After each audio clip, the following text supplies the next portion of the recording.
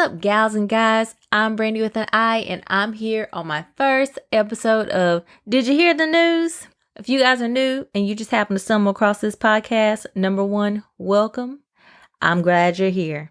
We have a lot of news to talk about because this is a political news commentary podcast. We will have some guests and we will have some roundtables going forward in this podcast. So I'm really glad that you guys decided to give it a listen. Today, it's going to be me going solo dolo, talking about the news of the past week. And I really felt like we could not do that without talking about the three I's: the insurrection, the impeachment, and the inauguration. We had a crazy election cycle in the United States. I think everyone can attest to just how wild everything went. The fact that we are currently dealing with a global pandemic, which the U.S. has not handled well at all, as well as just, a very contentious election to begin with. So we did have an election, and we did find out the winner of that election about 5 days later after all votes were cast. And it was not our former president. He did not take that well. Now, anyone who has been alive the last 4 years probably could have saw that coming. He did not take it well. He was never one to fully admit that he would just move on quietly if he lost in the first place. So what did he do? He went online, as he loved to do, and he got a lot of information from a lot of just random everyday people like you and I, who probably have no idea how elections are run, let alone in each state. And he took information that they provided on things that he assumed were fraudulent, and he decided to use those as his talking points for the fact that there was obviously some amazingly great fraud in the United States when it came to our elections. Never mind that we had many sources who actually knew what they were talking about that came out and said that there was no widespread election fraud. The director of cyber security came out and said, the most secure election we've had in the U.S. like ever. Justice Department, Attorney General said, hey, we did a little, investigation into what we saw or what we heard, and we just do not find any evidence of widespread voter fraud. Now, were there some things that may have occurred? Of course, like a gentleman who voted for our former president under his dead mother's name. Did we find things like that? Yes, of course. But nothing all too crazy that would change the fact that Joseph R. Biden and Kamala D. Harris would become president and vice president on January 20th. But we did not have a former president who liked facts. He did not care for facts. He was not a stickler for them. His first press conference, as soon as he inaugurated, began with lies, and that's how that presidency ended. So, of course, this former president spent most of his days, most of his time trying to delegitimize the election, ginning up his base with conspiracies and just flat out untruths about the fact that the election was won fair and square. And, it turned into just a hullabaloo of misinformation, which is not surprising. He was very heavily big on misinformation. And it just turned into a over boiling of just, people who had listened to this president and had trusted this president, who believed that he deserved to be in office, even though in the days after he lost, he completely went missing, did not speak on the current global pandemic that was killing hundreds of thousands of Americans. was only focusing on election fraud, even though he was told that there was no election fraud. I mean, he was not alone. He had, members of Senate, the House of Representatives, members in Congress who were actively helping him to spew these lies about election fraud. So if you have someone you believe in and they're telling you what you want to hear and they're promising you that they've been defrauded and you need to help them and you really in your heart of hearts believe that to be true, you're going to start feeling a certain kind of way when you start seeing it look like your leader is day after day slipping out of power. When he had the 60 plus cases that were all overturned in different states and mostly only battleground states that he lost, which is very interesting because you have senators and Congress people who actually won on those ballots. But for some reason, it was only just the presidential election that was rigged, which makes zero sense. But once again, facts were not a huge deal in this presidency. So once you have a group of people who are starting to see that day after day, the further we get in this process, right? We had Safe Harbor Day, which meant, after a certain amount of days, any of the court cases that were complete were good to go. There really couldn't be any action brought against the states. And then you had each individual state certifying their electors. You're just seeing that we're inching closer and closer to your president being defrauded and an election being stolen from him because that's what you told him was happening. So as we're getting closer and closer and this president is beginning to lose power, he starts to philander a bit. He is doing everything he can in every way that he can to overturn this election. And it gets to the point where he really finds that he just cannot do it. He has a vice president who, fortunately enough for us, decided that he was going to play by the books. There really was not much he could do anyway, constitutionally speaking. He literally was just a deal or no deal girl. He was just there to look good and count the votes. There really was nothing that he could do. However, our previous president fed the lie that our vice president could do something to overturn the election when he really could not. The cards had all been dealt at this point. So in one last ditch effort to get attention and continue the grift, our former president got on the internet, got on Twitter, which was, a platform that he loved to frequent, and days in advance told people to come to Washington, D.C. on January 6th, on that day when the electoral votes would be counted, and stand up for him, stop the steal of the election. And what did they do you think? They decided to just, wave it off and instead go to work and be functioning, productive members of society.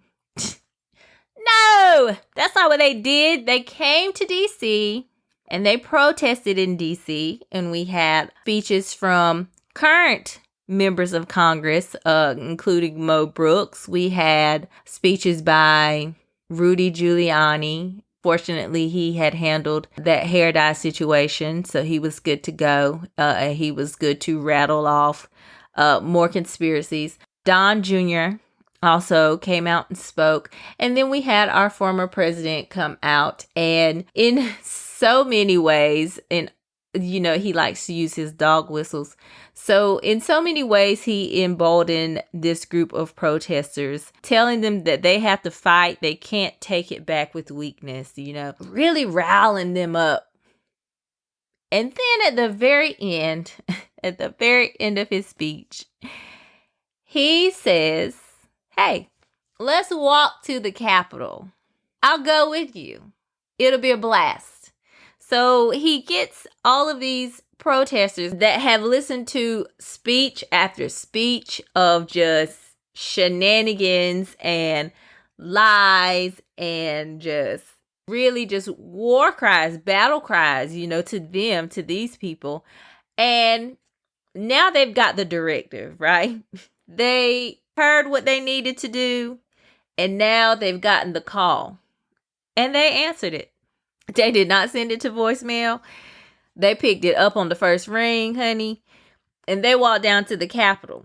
And what ensued was one of the wildest things I've ever seen occur on U.S. soil, I think, besides 9/11, was just a crazy mob of people descended on the Capitol, overtook barricades, and fought with police. I mean, fought with police. I mean, beat some police down, like anything they could find, their Trump flag poles, police's own weapons, tasers, anything they could find, they fought police. Even mentioning, hey, like, we don't understand. Like, we back you guys. We were with you guys during, the Black Lives Matter and, when Antifa was, but you guys are not on our side. Like, what's going on? Like, these people were out for blood, and they definitely got it. We lost 5 people that day. Unfortunately, some innocent, some not. Some were involved in the insurrection. And unfortunately, that day, we saw just the foundations of white supremacy just coming to a head.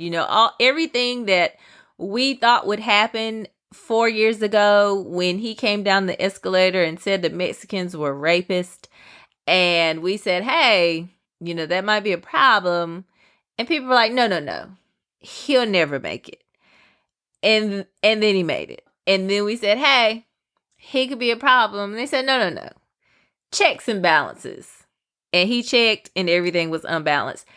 We said, hey, maybe you should watch what he's doing because he seems a little dangerous. And everybody was like, no. Listen, he's good. He's straight.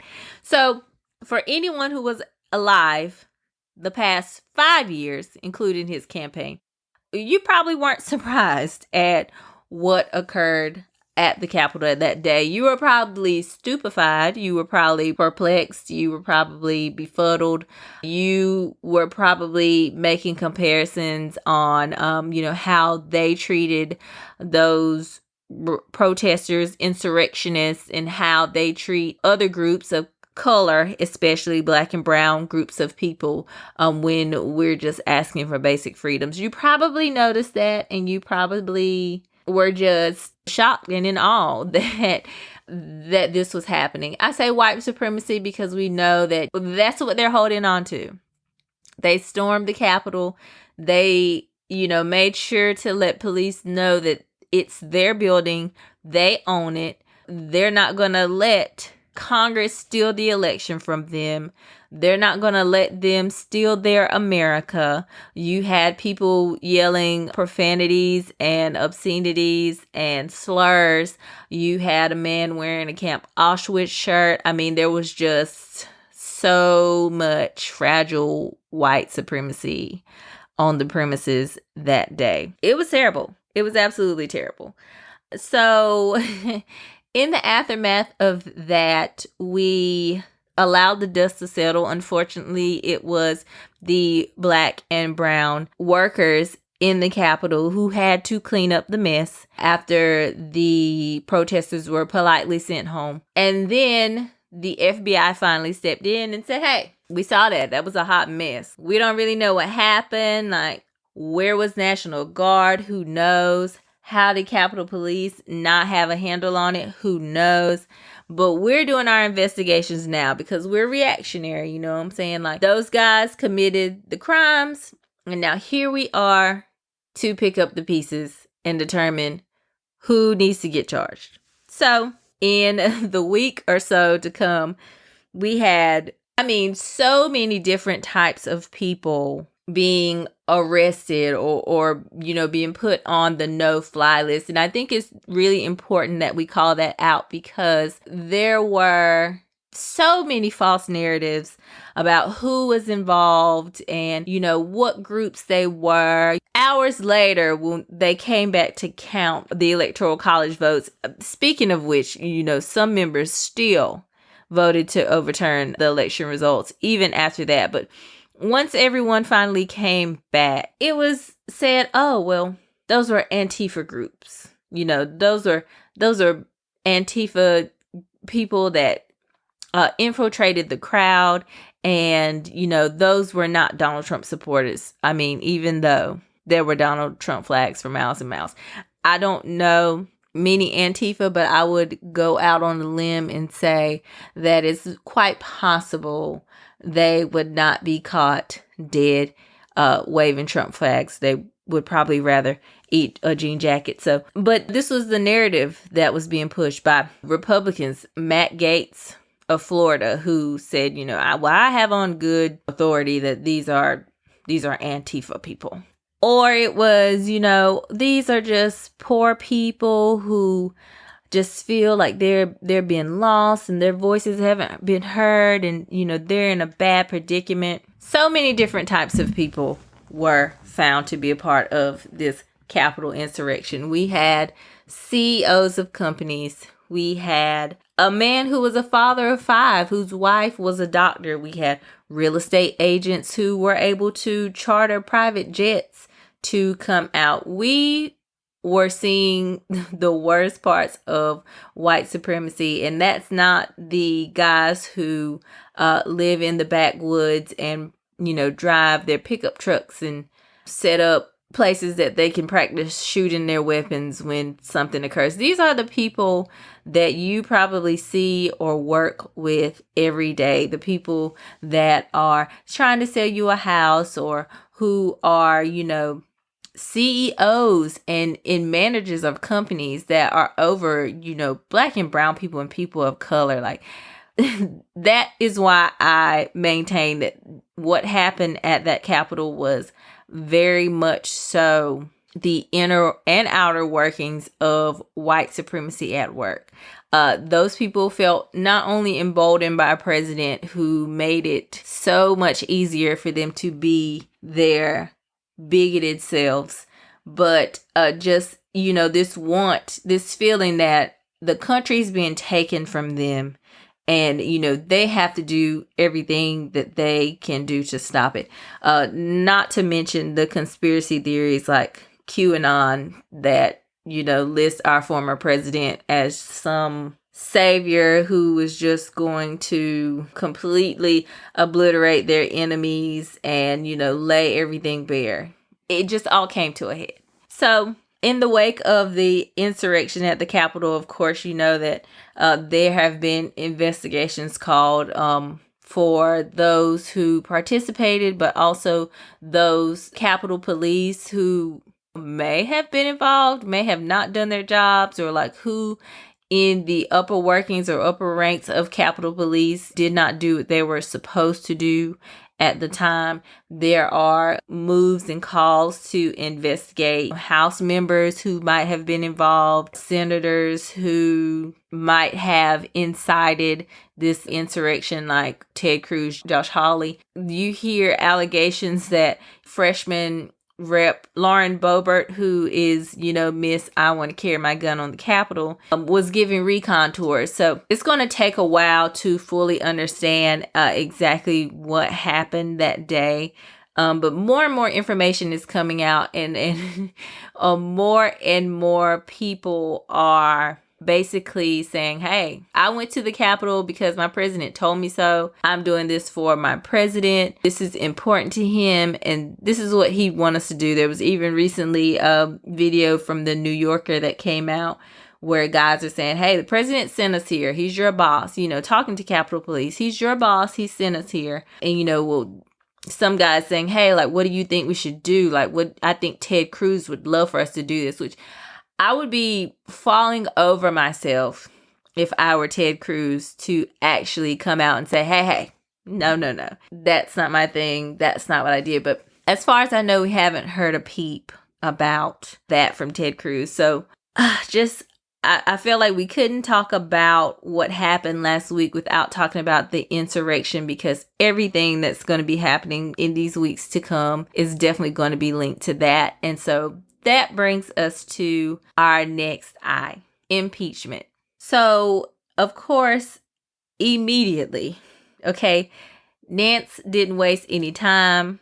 Schumer probably had her on the phone while they were on lockdown and was saying, hey, girl, go ahead and get that impeachment started because, of course, right? Of course, you have a president who incites an insurrection. He needs to be impeached. There's really not a way around it, even though Republicans tried to fight it and said, no, well, maybe we should just censure him. And just the fact that this president had all of 5 years to do whatever he wanted and get away with it, he finally crosses even the biggest line that he really can't worm his way out of, because once again, all of those people that were in the Capitol made it very clear who they were storming the Capitol for. So unfortunately, it seems like we still could not see eye to eye even after we had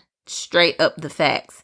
But it didn't matter to House Democrats, because not even a week after the insurrection, we're going Wednesday to Wednesday, they held a vote. They attempted to give VP Mike Pence a chance just to invoke the 25th Amendment, which means, which is basically it was an amendment that was created after J.F. Kennedy passed away, after he was assassinated, because his vice president was prone to having, health issues. He had already had some strokes, I think. And so, there was concern about, okay, well, what do we do if at a certain point the president is not mentally or physically capable of doing this job?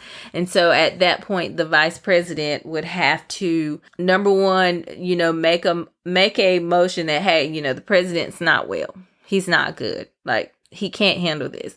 And then he would have to get half of the cabinet members to also sign on and say, hey, something's amiss here. This guy's no good. Now, there is a chance for the president to be like, wait a minute. I'm straight. I don't even know what they're talking about. I'm A-okay over here. And then at that point, Congress would have at least 21 days to basically do, an investigation to say, hey, who's right? Are you guys trying to get over on the president, or is he really not mentally stable enough to do this job?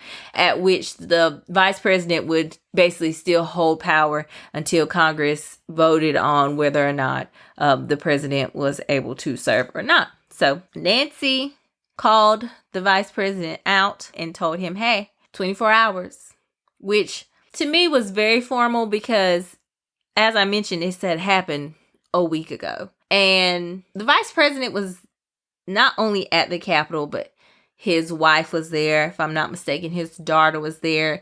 He was at the Capitol with his family. And the president at the time did not call him, did not make a point to check on him, had to be talked into even sending National Guard help, knowing his vice president was in the Capitol that people were storming. So had it been me, it would have been done. Okay, it would have been done, son.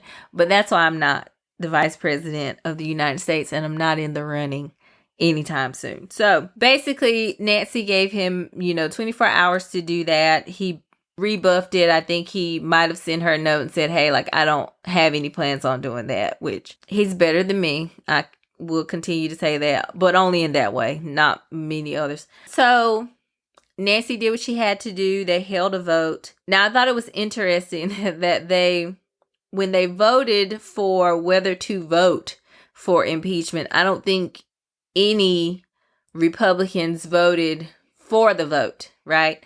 But once they held the actual vote to impeach, and I mean, this is after, I think, almost 3 or 4 hours of each side going back and forth saying whether or not they believe that he should be impeached or not. A lot of Republicans saying unity, unity, unity, which I think is crazy, because it seems we're already divided, at this point, when we have a group of people storming the Capitol yelling, hang Nancy and hang Pence, or, where's Nancy, or, trying to kill people in the Capitol or take them hostage at best.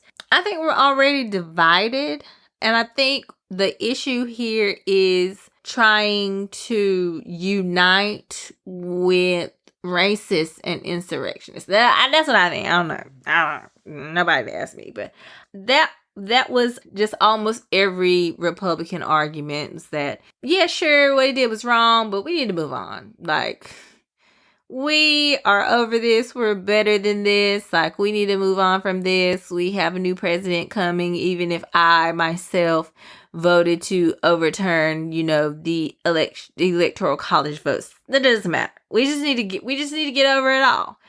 And I found that just to be type insane because of the fact that, once again, for 5 years, we had been getting over everything that this previous president had done. We got over him mocking a disabled person, or him calling African and South American countries assholes, for lack of better phrasing. I mean, we had gotten over a lot of things, right? You know what I'm saying? When Black Lives Matter was marching and protesting this summer, they were thugs. And, when the looting started, the shooting should start.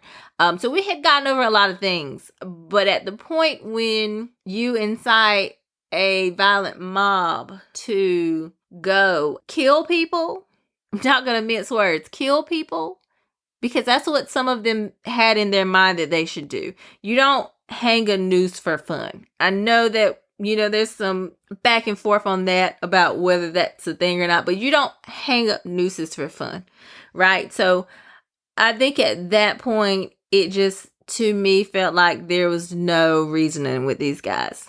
And that was okay, because all of the people that were there, all of the Democrats that were there voted for. And then you had your 10 Republicans who voted for it as well, like Liz Cheney, Mitt Romney, Adam Kinzinger, Pete Major, who was actually a freshman representative who, all of these 10 representatives, of course, are catching flack now.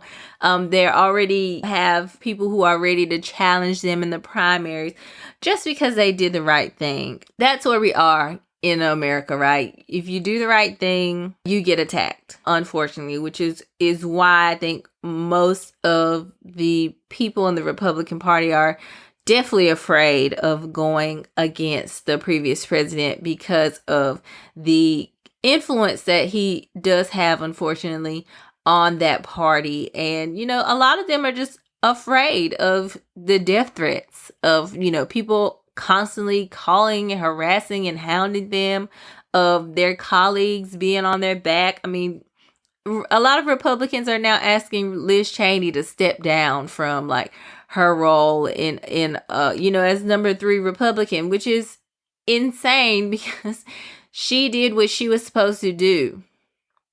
Ethically speaking, she did what she was supposed to do. I don't have it in me to just get over someone sending a violent mob to try and kill me.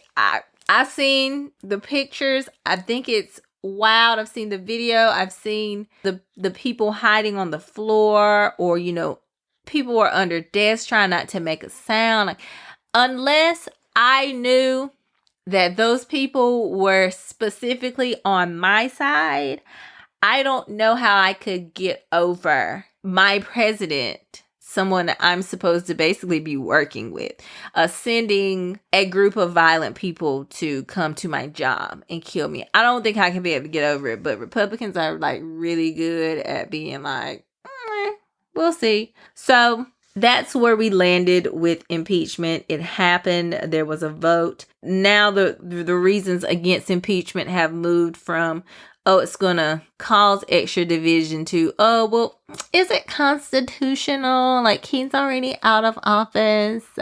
I mean, what's it going to do now? But a lot of people in the law community are arguing kind of amongst themselves about the constitutionality of the impeachment. They're saying that, well, even if he was convicted, the former president, possible if he has a good enough legal team to do this. And they've fallen apart, so I'm not sure who his legal team will be. But if he has a good enough legal team and he is convicted, they could argue that it's unconstitutional. It could go to the Supreme Court. But other people in the law community are arguing that no, it is constitutional. We have precedent for it. We might not have had impeached a president after he was gone, but we have had people who have been in office that weren't necessarily presidents, but have been impeached even after they resigned. So there's clearly precedent. It can happen. People say, well, what will it help? Well, if he is convicted and a vote is held, just a majority vote, not even a 2/3 majority, but just a majority vote is held. It can be voted on that he not hold office again. He can be banned from office. So what could happen? Nobody knows. But I think personally, just moving on is not accountability. And it's been said many times this past week, of course, that there's no unity without accountability. For all the people who gave so much on that day, who had to fight for their lives, who were afraid for their lives, like, to just move on like it didn't happen is a no-go. For all of us law-abiding citizens who have seen how other groups are treated when they're only asking for civil rights, it's a slap in the face to not even want to hold this former president accountable for his actions. I mean, this summer we saw a young girl who was being held in jail without bail because she basically hosted a protest, and due to no fault of her own, some parts of it might have gotten unruly. There may have been someone hit by a car. Don't quote me on that, but there were some issues that happened due to no fault of her own, and she was basically held accountable for them. And we would have a president who very openly in front of our eyes, everything he's done for the past 5 years has been in front of our eyes, very openly told a group of people what to do, and they did it. And he needs to be held accountable for it. And then there's also needs to be accountability for senators like Ted Cruz and Josh Hawley, who threw up the power fist to protesters on that day, who continuously backed these ridiculous claims of voter fraud. Kevin McCarthy, who has flip-flopped more than a seesaw in these past few days. Oh, I talked to him and he's aware that he has no responsibility, and now he's at, I don't see any reason that he should be held accountable for that. He wasn't responsible for that. Like, we see you. It's 2021. Everything is on video, in print, in picture. We see. Do you not think we don't see you? And that's how I felt the past 5 years. So, what will happen now? The articles of impeachment will be sent to the Senate on Monday. That is today, if you're listening today, when this podcast drops. And then what will happen is the Senate, very graciously, if I might add, will allow each side 2 weeks to get everything together and get their briefings in. It's not really known who's going to represent the former president. Most anyone credible has kind of fled from, any representation of him. Rudy Giuliani has said, hey, I can't represent him because I was there that day and I spoke and, I was kind of involved. So he might be charged too one day, but who knows? So he said, I can't represent this guy. So we don't know who's going to represent the former president.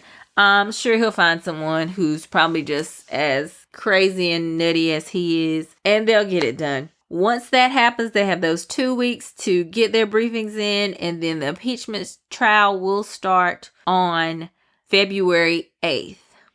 And Honestly, truly, if you would ask me today what I thought if he was going to be convicted, I really don't have an answer. I mean, we continuously hear these reports that even Mitch McConnell very openly came out and said this former president is responsible.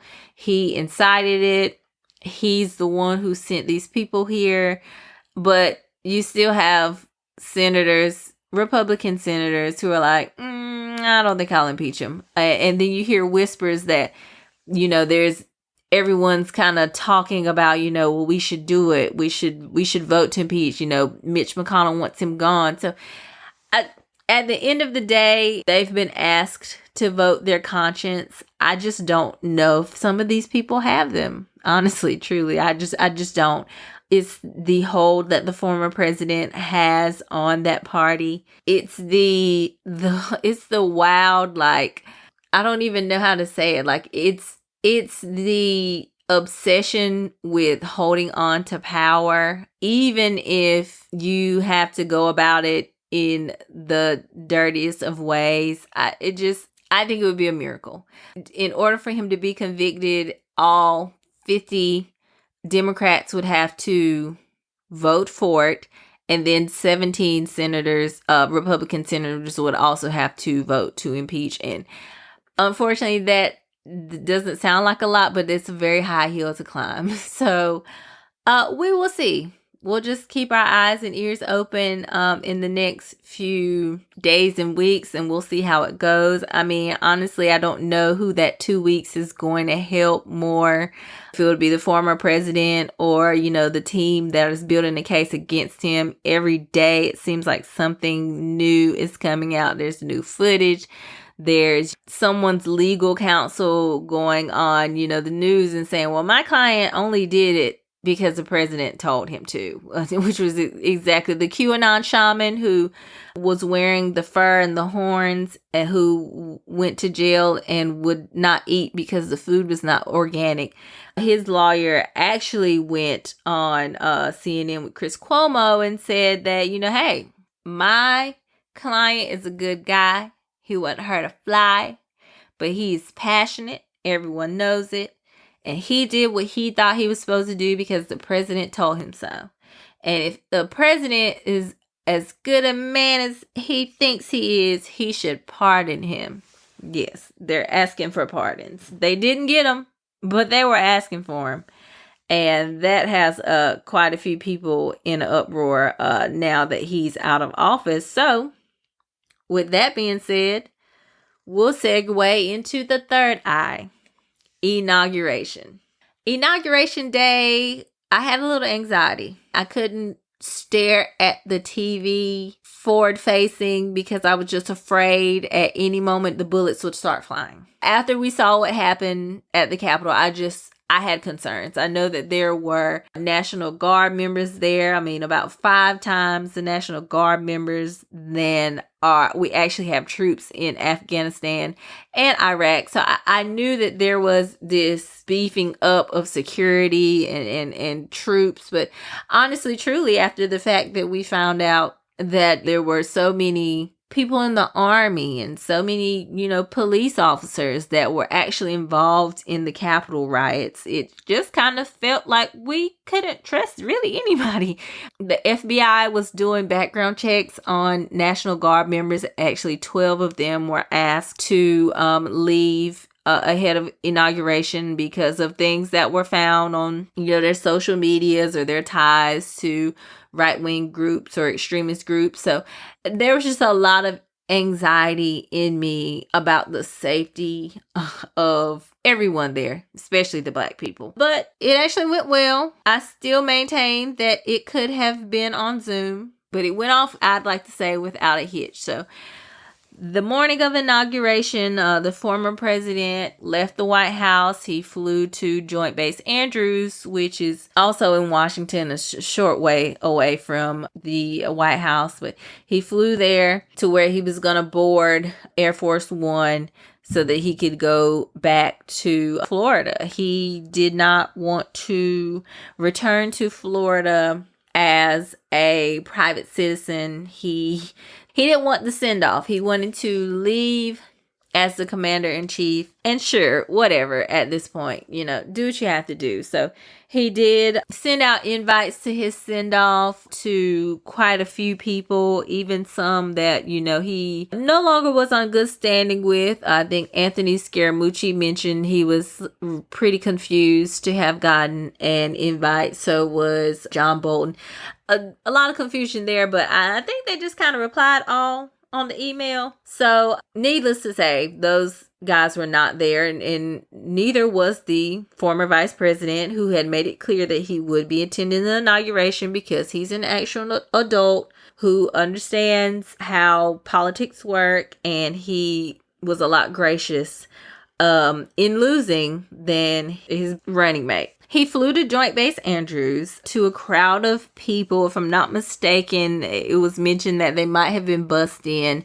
I know his children were there. You saw them mostly out of anyone else in the crowd, but there were people there. It was as big a crowd as I'm sure he wanted, but they were there. They got on stage. The First Lady said a few words about how this has been the honor of her life, and she just loves us so much and be best. And then he got up and he just lied like he normally does. He just told so many lies, including the fact that his First Lady is just so popular. She's just leaving so popular, which is absolutely not true, because he and she both left with the lowest approval ratings of a president and a First Lady. And honestly, truly, hers probably came off the strength of her terrible Christmas decorations, if I had to be clear on that. So he gives his speech, and then he boards Air Force One and he takes off to the soundtrack of Frank Sinatra's My Way. And that is the last we have seen of this man since Wednesday morning around 8:30 a.m. Now, am I complaining? No, not at all. Am I nervous? A tiny bit. But honestly, truly, these days, I like him to be former president free. So that occurred, and as gracious as President Biden is, he let that happen. He let him get his last moment of shine off of the office of the president, and then he went to a Catholic mass service. If you did not know, Joe Biden is Catholic.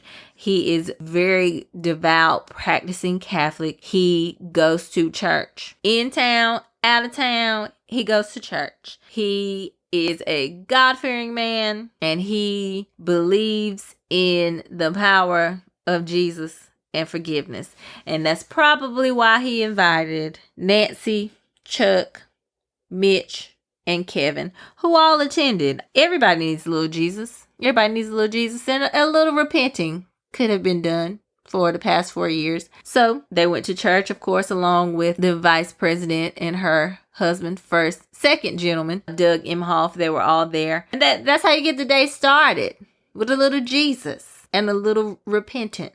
And then, of course, around 3 hours later, we see the star-studded event begins with people starting to show up, like the former president, Bush, Clinton, Obama. Michelle Obama has on an outfit that has just really taken over the internet. Her hair was just laid to the gods and goddesses. Her hairstylist has gotten so much shine off of those curls. So, yeah, we saw all the pleasantries. We saw Bernie everywhere but in office. We saw just so many wonderful people at an event outside, spread out because of COVID, when it could have been a Zoom. No offense, it was beautiful. I loved it. The poet laureate, we have to talk about her for a second. Beautiful young African-American lady. Also mentioned that she had a speech impediment that she just got over maybe a year or so ago, I think she said. Wonderful, beautiful young lady had her chance at the inauguration. We had a couple prayers, one of them very, very long. I tried to hold it, but I was on the clock, and it was just a really long prayer. We saw Lady Gaga with a bird on her shoulder. A lot of people likened it to Hunger Games. We saw J-Lo, a vision in white, sing America the Beautiful. She threw in a little Spanish and a little Let's Get Loud, which of course, why not? It's your time, J-Lo. Do what you do. All in all, it was as magical as you would want for, such a historical day where we have the first Black woman being inaugurated as vice president, first woman of Indian descent. And it was beautiful. It could have been a Zoom. There was also a parade, which was not like your normal parade where there would be tons of people out and about admiring the new president and vice president. It was, once again, COVID event, so that was scaled down pretty much. But they got out of the cars. Oh my God, my anxiety when they got out of the cars, y'all. But they survived. Thank goodness. I was nervous. I still am. I'm still on alert because I don't know what these white supremacists are planning, but I was nervous, but they made it. They each made it to the White House, went to their respective parts, their offices, and it was beautiful. It was a beautiful day. Then there was, a concert that did happen. Also, could have mostly been Zoom, but it wasn't all, but it could have mostly been Zoom, but it was very beautiful. It ended with fireworks, with Katy Perry singing fireworks outside. I think she's preggo. I was kind of sad they had her outside, but whatever. Beautiful fireworks. I mean, amazing fireworks. Insane fireworks. They were awesome. And then that was the end of the night, I think. It was a beautiful day. It was a beautiful day. It kind of felt like a weight was lifted. Never really even noticed that there were like 20,000 troops there. Of course, we did notice the Secret Service all around, which once again, I'm still nervous. I don't know who to trust. I have trust issues. We did see Officer Eugene, the Capitol officer, who actually helped to divert protesters away from members of Congress. We saw him in his new position. He got a promotion and he was actually escorting Kamala that day. So it was beautiful. It was just a beautiful day. It just felt so nice. There were little snow flurries in DC, but I'm in South Florida, so it really didn't matter to me. But it was just a beautiful day that could have been on Zoom, and I'm just really happy that it happened and we got it out of the way because I was ready for him to put in the work. President Biden, in his speech, did a wonderful job in talking about uniting. He also mentioned how we need to, of course, fight back against white supremacy and white supremacy extremists, which the FBI has confirmed is the biggest threat, the biggest domestic threat in the U.S. White supremacist extremists. So, of course, he had to mention that in his speech. Now, if you are someone like Senator Rand Paul, who hates when white supremacists are being called out because you probably are one, then you didn't like the speech. That's right. Senator Rand Paul had a problem with Joe Biden's speech. He felt the need to say that, hey, I felt like he was talking to me, maybe. I don't know. It's just crazy. Wow. But anyways, it was filled with unity. And once again, I'm tired of hearing about unity. I get it. We're divided. But I feel like when we say unity, we need to talk about who needs to unite. I don't think it's Black and brown people uniting with white supremacists and racists and terrorists. Now, call me crazy because I have been called crazy before. But I don't think that that's the unity that we need. Now, maybe in the white community, there needs to be, more unity against white supremacy. Maybe that's what we're asking for. It doesn't feel like it, though. I mean, that's part of my issue is it feels like when we say unity, it's going to be the oppressed that has to do the work. For some reason, America has this extreme obsession with the oppressed being the ones to make it right with the oppressor. And I just think that maybe no, not this time. Maybe no, maybe we need to let white Americans work on the division when it comes to white supremacists and allies, those who are not white supremacists. Maybe you guys need to work on that and then come check us out after you do. That's just an idea. You don't have to use it. It's just a suggestion. So if you got anything from inauguration, you know that Joe Biden wants us to be united, and he's going to really try to work on that. And kudos to him, because I haven't seen anything before inauguration or in the days after that would suggest that everyone wants to be united. So now we're going to talk about what's currently happening post inauguration. So competency, transparency, it's all out for everyone to see, and I appreciate it. It feels like a weight has been lifted. It feels like I might really can just rest a little bit easy knowing that competent people are back in the White House and in the committees and are handling things. People that actually know, like people who have done this for years, who know what they're talking about, who know the processes, and it just makes me feel so great. So Dr. Fauci is back, baby. He's telling us the science. He's letting us know that maybe in his past role, he didn't get a chance to say what he needed to say, but today's a new day. He's going to let y'all know what's up. We have the normal scandals that are, just nonsensical, like the fact that Dr. Jill Biden had a Peloton and Joe Biden might have been wearing a Rolex watch at inauguration. And I don't understand why Dr. Jill can't have a Peloton and President Biden can't have a Rolex. I mean, any day you want to wear your Rolex to flex, it should be your inauguration day. So I don't even get why that's a big deal. I mean, honestly, the previous president had like a gold penthouse. Like, he peed in toilets of gold. He was a self-proclaimed, and that needs to be researched, but self-proclaimed billionaire. So if President Biden wants to flex on his inauguration day, I think it's okay. If Dr. Jill Biden wants to ride her Peloton in the White House, I think it's okay. I think it's all right.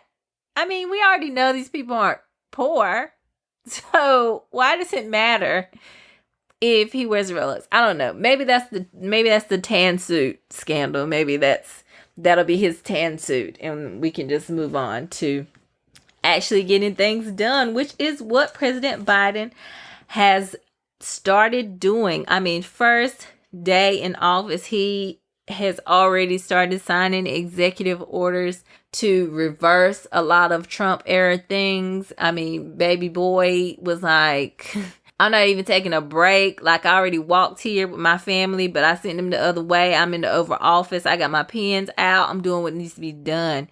And he started signing executive orders, like 17 in the first day. Altogether, at this point of recording, he's signed like 31 executive orders, all for different things. So let's run through a few of them really quickly. For coronavirus, he wants to accelerate the manufacturing delivery of supplies like vaccines, PPP. He wants to ramp up testing. Thank goodness. I mean, the fact that we're a year in and testing is still in shambles blows my mind, but here we are.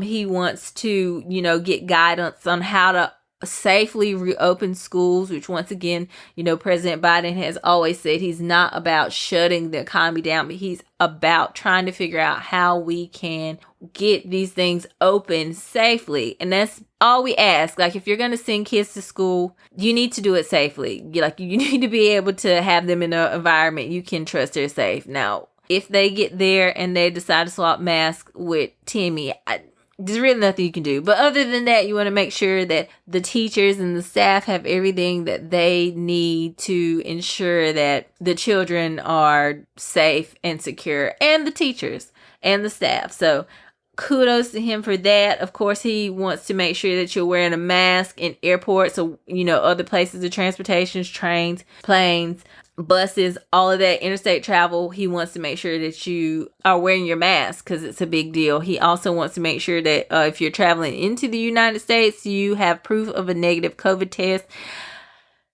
Now, COVID testing to me feels like I saw someone say testing for COVID to prevent COVID is like taking a pregnancy test to prevent pregnancy. Like, it's reactionary, right? You need to do, the first few things like social distance, wear a mask, wash your hands. Those are the preliminary things. So I understand making sure that you're not allowing people to come into the U.S. if they are COVID positive. Totally understand that.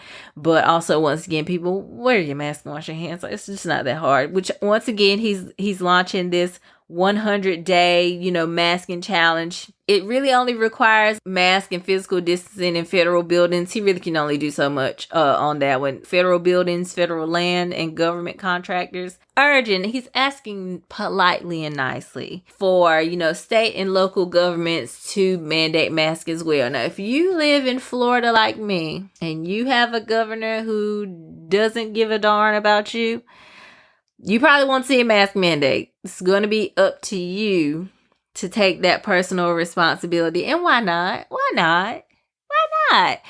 Just do it for other people. If you don't care about yourself, just try to be decent for other people. Just try to be considerate for other people. Anyways. Also, it's related to coronavirus. Dr. Fauci, he also spoke with the World Health Organization, and he let them know, hey, we're not going to leave the organization. We're going to stay in. And then he also became the head of the delegation to the WHO. So those are important things that have been signed executively for coronavirus. Of course, he has that 1.9 trillion bill, I think it is, that he really wants Congress to come together on. And I just...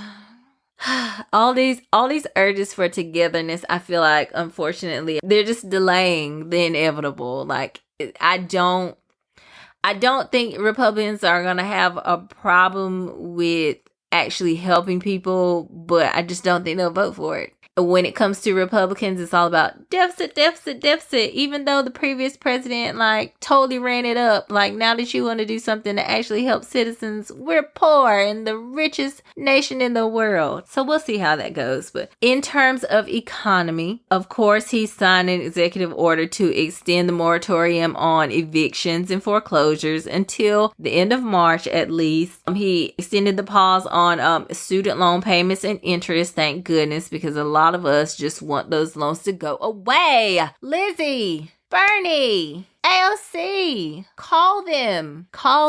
I know you guys are saying it on Twitter, but call them, please, for us. Anyways, they're also going to restore collective bargaining power for workers and, change the minimum wage for federal jobs to 15%. There's also calls for assistance to people who are struggling with food, who still haven't gotten their second stimulus check money, or maybe even the first one. Of course, there was a push to make sure that people who were married to illegal immigrants were able to get a stimulus. I know a lot of people misconstrue that or confuse that with illegal immigrants are getting stimulus money. No, that's not the case. They pay taxes, but they don't even file taxes. So no. For people who are actually citizens and are married to illegal immigrants, unfortunately, they did not get their stimulus money. So I think there was in the last stimulus bill or the relief bill a push for those people to get money. But there are still people who were supposed to get money who haven't gotten money. There was kerfuffles with the companies that, many filed taxes with.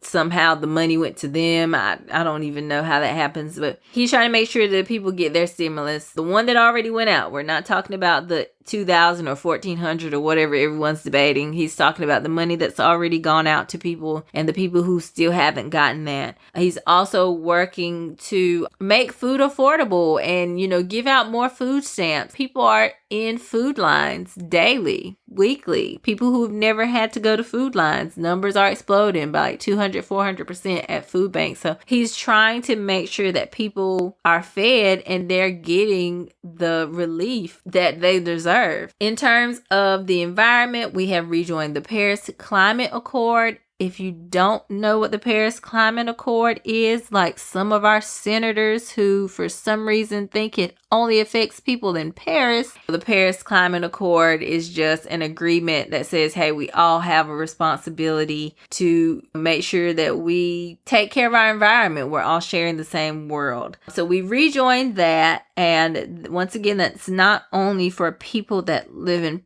Paris, it's for people that are under the same ozone. Anyways, then he also canceled the Keystone XL pipeline. So that was a pipeline that was designed to come from Alberta, Canada into Nebraska and then connect with other pipelines. And the reason it was debated so heavily is because, of course, that's like dirty oil, like it's not safe. And of course, what happens with pipelines? Most of the time they burst. So a lot of people, of course, people who are very passionate about the climate, we're like, hey, like, we don't want that pipeline.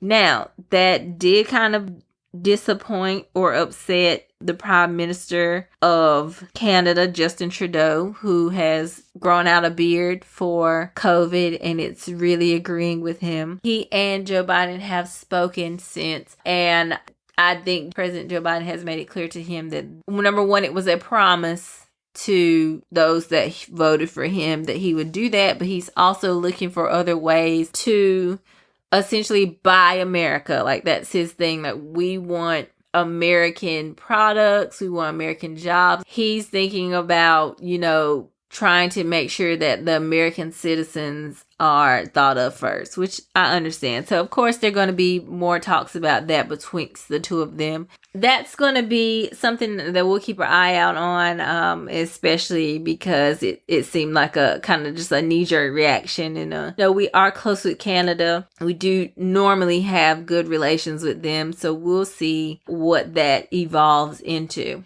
As far as equity goes, he rescinded the 1776 Commission, which is just a wild document that was created by, some conservative Caucasian American men that basically promoted patriotic teaching or patriotic education and kind of whitewashed is the best way to say American history to kind of paint the founders in a better way and to further the narrative that there is no systemic racism or inequality, which we all know to not be true.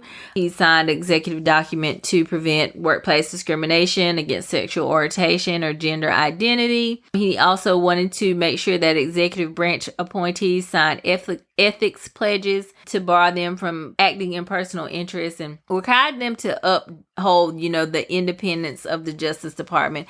In the last administration, we saw a president who believed that the Justice Department belonged to him. It was his, and they were to do his bidding. And, President Biden has been very open about the fact that he wants to make sure that the Justice Department is a separate entity and they're free to do what they do on their own accord and without any type of coercion or participation from him, which I think is a wonderful thing, especially when you're trying to use it to commit fraud. So thanks for that, Joe. As far as immigration goes, he fortified DACA, which was, for a very long time under intense scrutiny and kind of unsafe from our previous president. So he has made sure that he has protected undocumented people who were brought in the country as children. He also is trying to make sure that there is a pathway for them to become citizens, if I'm not mistaken, or for, of course, like refugees and stuff that come up, or, undocumented immigrants that are here. He wants to create a pathway for them to become citizens. Also, he reversed restrictions on Muslim countries of, travel from Muslim countries. It wasn't called the Muslim ban by the previous president, but that's what it became known as unaffectionately, because all of the countries that were listed were Muslim majority countries. So I think you know what that means.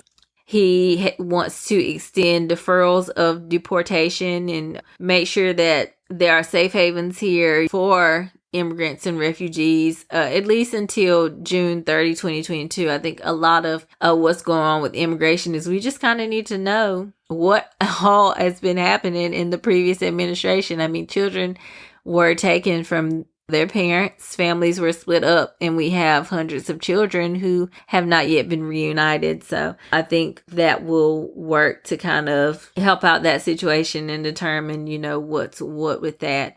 And then also, he has terminated the National Emergency Declaration for funding of the border wall. So, construction will halt there, which once again, of course, I mean, billions of dollars have gone into that wall. Mexico has not paid any dollars for them, as the previous administration promised they would, even though we knew that that was not true, and so did they. The American people have funded that border wall, unfortunately. It really wasn't a building of a wall so much as it was a reinforcement of what was there. I think for all of the hundreds of miles of wall that are quote unquote completed, not much of them were actually new wall.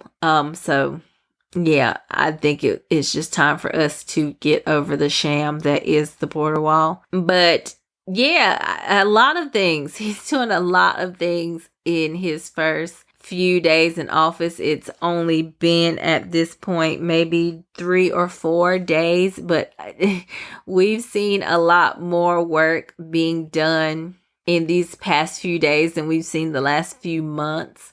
COVID has been ravishing the US for almost a year now, and the last few months have been even deadlier than the months before. And unfortunately, we did not have a president who was concerned about that. His concern was about returning a free and fair election. So it's really so refreshing to see a new administration come in. They're holding press conferences with not only, his communications team, but his COVID team. They're making sure they're telling us, even if it's not pretty, we're going to give you the information. Like, it's a hot mess. We didn't receive a vaccination plan at all. We're kind of having to do a lot of this from scratch. Like, it's just so good to know that, like, we're getting information, because for a while it was just press conferences with lies and untruths and half-truths and misleading information. So it's been a great first few days. Of course, we're going to have to do what we need to do to make sure we're holding President Biden and VP Harris to the fire for the things that they've promised us. And once again, I continue to say, contact your representatives and make sure that you are looking into these organizations in which, you can use your voice and you can be heard. Use your Twitter. This new administration might not use Twitter in the same way that, our last president did, but use all of the items at your disposal to make sure you're holding these people to account. Joe, we want you to get rid of student loans. All of them. Get rid of them all. Listen, if we can give tax cuts to the rich who fared out much better than all of us in a pandemic where people lost their jobs, lost their homes, lost their cars, lost their everything, lost their families. If they can continue to make billions of dollars, like, you can get rid of these student loans. If you would actually tax them what they owe, you can get rid of these student loans. So I don't want to, I'm just tired of hearing we don't have the money. We can't pay for that. Someone's going to have to pay for it. And it's like, why does it always have to be us regular folks that have to pay for it? Like, why not the billionaires who could contribute and not even notice, who would still be billionaires even after they actually paid a fair share of taxes? Anyways, that's me on my soapbox, and I'm getting off for the day. So, what should we keep an eye out for in these next few weeks. Of course, once again, we have impeachment coming up. We have we have to see how Congress is going to work together. Unfortunately, right now, there is a power struggle as it relates to the power sharing agreement. Mitch McConnell wants the Democrats to put it in writing that they're not going to mess with the filibuster. And Chuck Schumer is holding his ground, and I really do appreciate it. I hope it doesn't get to a point where we're like, how long is this going to go on? Like, let's just give in, because it's definitely a power move on Mitch McConnell's part. Basically, he understands that his powers are now limited, so he's trying to make one last grab. Once again, unity lasted for so long, you guys. It just went, not even 24 hours, but I think that is definitely a record. With all those things to be ironed out, there's also a new move to get rid of Citizens United. And that was introduced by U.S. Rep. John Katko, Reps. Ted Deutsch, Jim McGovern, and Jamie Raskins. And so what they want to do is overturn the Citizens United decision. If you're not familiar with Citizens United, it was a Supreme Court ruling in the case Citizens United versus the Federal Election Commission. And it basically got rid of finance restrictions that enabled corporations and other outside groups to spend money on elections. So back in the day, you could create a political action committee. It was basically an organization that raised and spent money for campaigns that support or oppose political candidates and legislation and ballot initiatives and all of that. And they were permitted to donate directly to a candidate's official campaign, but they also had limits, of course, in terms of, what they can receive from individuals who are, giving, and then what they can pay to candidates. They really could only give like $5,000 per year to a candidate per election. Basically, that's an example. So when Citizens United basically won their case in the Supreme Court, in which they were like, no, like we as corporations would like to give, that opened basically a opportunity for super PACs to be created. And at that point, there was really no regulation. You can give however much money you wanted, like to whomever you wanted to give it to. And it just really caused crazy problems with our elections and how they're run. I mean, even with these super PACs, you're able to basically independently produce ads and stuff that promoted or attacked specific candidates. And generally, most super PACs are white because they're basically the top 1% of, people who have the money. And of course, that's not Black and brown people. So it's like a small group of Caucasian Americans that are wielding this money and this power over our elections. It also, led to dark money, which is basically, spending on an election and not necessarily saying, where the money came from. And the reason that Citizens United created a jump in dark money is because that it often came from nonprofits, and nonprofits don't have to disclose who their donors are. So it needs to go. I think when we hear election fraud or like anything in terms of cheating in elections, I think that we focus on the overt and not the covert. And I think that this is one of those covert things. It's not necessarily cheating because it's not against the law, but it's just another way that elections can be influenced in a way that doesn't help the average American. I mean, of course, it leads to ways that, we can have foreign interference. Negative ads, once again, from outside entities. Is like, not everyone should have the chance to even talk to like our American constituents. Some might say I probably shouldn't even have a chance to talk to you, but I definitely probably should not be able to create ads and just say anything and everything I want against a candidate, of course, So I just think that it's definitely something that I hope gains traction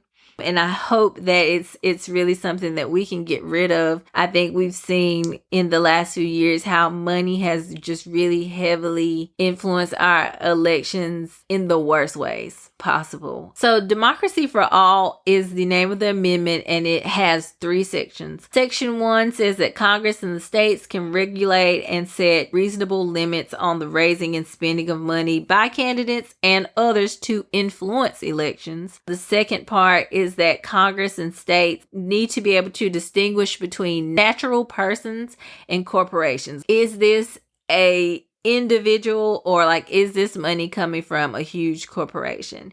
And then in doing that, they also want to ensure, limits on campaign spending won't also affect the press's ability to report on campaigns and elections. Of course, we have a free press, so they want to make sure that there's not only, limits to spending, but there's also transparency on, how this money is spent, where this money is coming from. We don't want situations like here in Florida where we had candidates that lost, and then there were candidates on the ballots that were tied to dark money initiatives where you couldn't even find the candidate. They'd never been seen in person. Their name might have been fake. We don't want to continue seeing that, especially in our local elections. Once again, like I said, cheating occurs, but it's in the most covert ways, to which people use legal laws in order to, I feel like, defraud the normal American people out of their actual right and freedoms to vote, and the fairness of actual elections. These are the things we need to be concerned about, not 5,000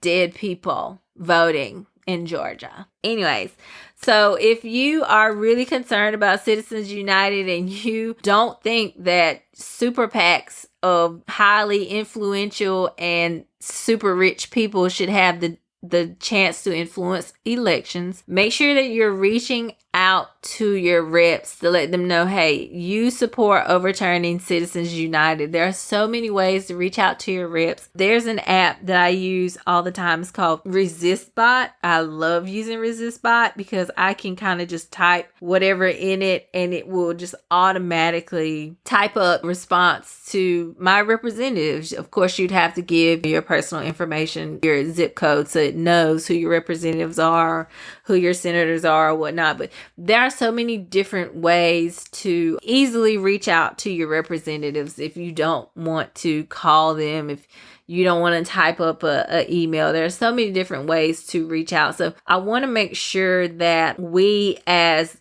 the American people understand that if we don't lend our voice to what we find to be important, they're just going to do what they want to do. So make sure your reps know what you really want. It's their job to represent their constituents. And you hear it all the time. You probably heard it if you listened in on impeachment. Well, my constituents feel like, the election wasn't fair. Well, that's because they were lied to, but that's their job to make sure that they're listening to their constituents. So make sure that when your Congress people say that they're listening to you, it's on things that really matter to you. And that's my final 2 cents. So once again, I want to thank you guys for listening to my first episode of Did You Hear the News? I hope you guys enjoyed it. I hope you guys will join me again. You can follow wherever you listen to podcasts. I do have a Facebook page,